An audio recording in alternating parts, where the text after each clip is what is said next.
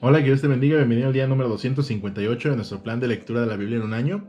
Te voy a dar las lecturas para el día de hoy. Salmo 107 del 23 al 32, Gálatas 2 del 1 al 10, Isaías 36 e Isaías 37. Una vez más, Salmo 107 del 23 al 32, Gálatas 2 del 1 al 10, Isaías 36 e Isaías 37. Vamos directamente a Gálatas 2 del 1 al 10. Va a abarcar nuestra reflexión del día de hoy esta porción de la palabra de Dios.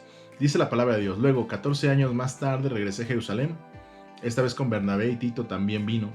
Fui a Jerusalén porque Dios me reveló que debía hacerlo. Durante mi tiempo allí, me reuní en privado con los que eran reconocidos como los dirigentes de la iglesia y les presenté el mensaje que predico a los gentiles. Quería asegurarme de que estábamos de acuerdo, porque temía que todos mis esfuerzos hubieran sido inútiles y que estaba corriendo la carrera en vano. Sin embargo, ellos me respaldaron y ni siquiera exigieron que mi compañero Tito se circuncidara a pesar de que era griego.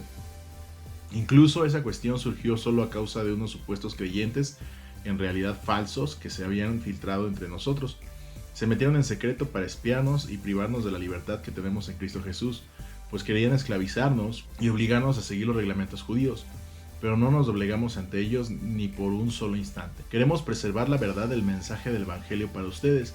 Los líderes de la iglesia no tenían nada que agregar a lo que yo predicaba. Dicho sea de paso, su fama de grandes líderes a mí no me afectó para nada, porque Dios no tiene favoritos. Al contrario, ellos comprendieron que Dios me había dado la responsabilidad de predicar el evangelio a los gentiles, tal como le había dado a Pedro la responsabilidad de predicar a los judíos. Pues el mismo Dios que actuaba por medio de Pedro, el apóstol a los judíos, también actuaba por medio de mí, apóstol a los gentiles. De hecho, Santiago, Pedro y Juan, quienes eran considerados pilares de la iglesia, reconocieron el don que Dios me había dado y nos aceptaron a Bernabé y a mí como sus colegas. Nos animaron a seguir predicando a los gentiles mientras ellos continuaban su tarea con los judíos.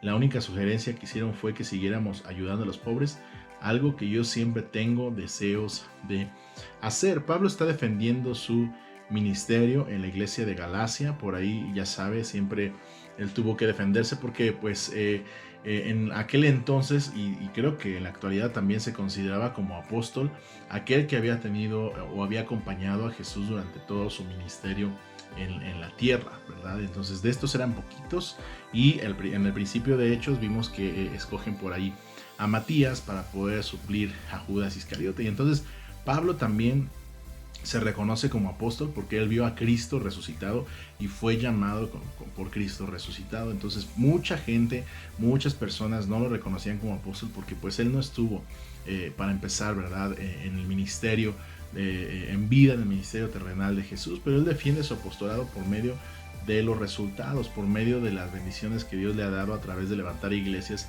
y de ganar mucha gente para Cristo. Bien, ahora, ¿qué me gustaría reflexionar el día de hoy? Lo que dice Pablo es importantísimo, ¿verdad? Dios no tiene favoritos, Dios no hace acepción de personas. Me encanta esto que dice Pablo en esta porción de la palabra de Dios. No hay personas más cercanas a Dios y más alejadas de Dios. Todos estamos a la misma distancia, a la distancia de una oración.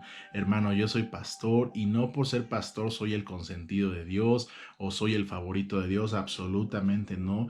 Yo tengo tanta necesidad de Dios como cualquier persona. Yo tengo tanto valor, ¿verdad?, delante de Dios como cualquier persona. Todos valemos, Dios nos ama a todos. Nuestra opinión vale lo mismo, nuestra vida vale lo mismo para Él. Él dio su vida por nosotros en la cruz del Calvario. Este asunto, creo que ya lo hemos hablado en algunos videos, este asunto de las jerarquías surgió, ¿verdad?, a raíz de que la iglesia fue absorbida por el Imperio Romano.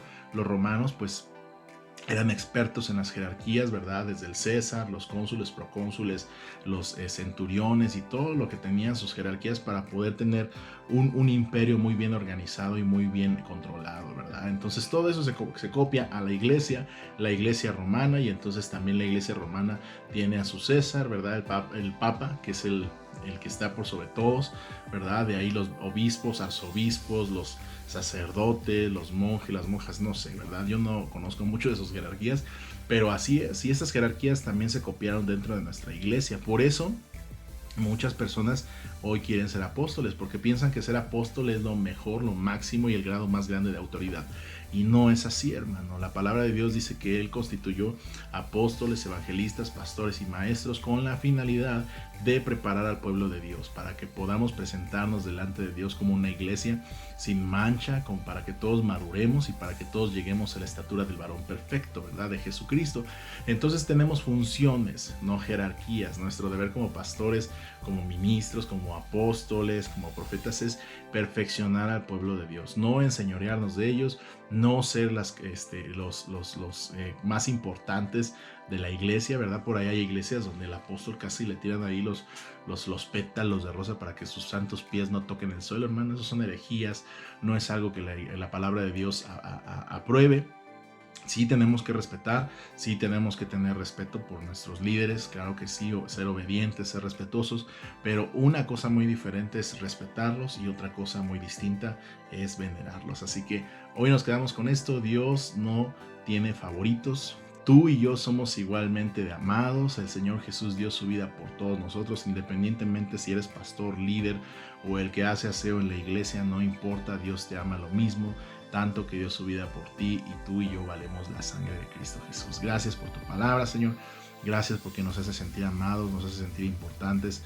Gracias por dar tu vida por nosotros, Señor. Sabemos, entendemos hoy que tú no tienes favoritos, Señor, que tú nos amas a todos por igual, Señor, y que tú diste tu vida por nosotros por igual, Señor. En Cristo Jesús. Amén. Que el Señor te bendiga. Nos vemos el día de mañana.